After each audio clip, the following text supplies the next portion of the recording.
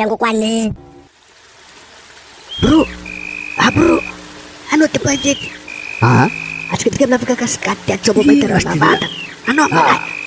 Ano man sinsin vlog to kung hindi naman dyan nilefas no. Ano man sinsin. At kapag sirado to nang bumansinsin ko. Yun na cake mo. Masa sila mana bata-bala bis mo ka. Yun mas hidkat mas kati. Ya, at hidkat. At ka nga rangil kaskati lab ka kaskati ka sarin tiran ulit tes ka bala bis ka hidkat ka sa mga tera mga banta. Changu kwanza that's kazo hidkat kazo. No misra mavanta ka skanda ko lab ka tisa sarin tiran ulo. Pamandraman naranda tes ka vomita vulamena bitsena vanta.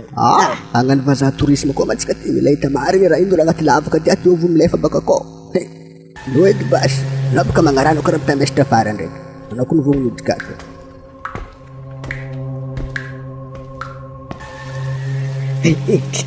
Tisim lefa bro, kumay tararing no. Ano ab kamura-mura changu kwanza lai nafa buzonof kwa plefera atunya. Mata! Mati ka bata nagkatian bro. Ayak lagi. Bakit siya tango pala?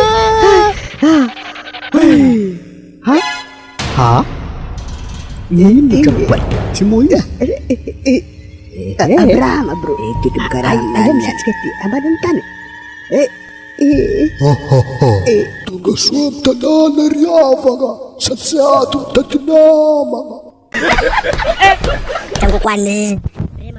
Ano ka na chafal changu kwan sana? Jafal bro.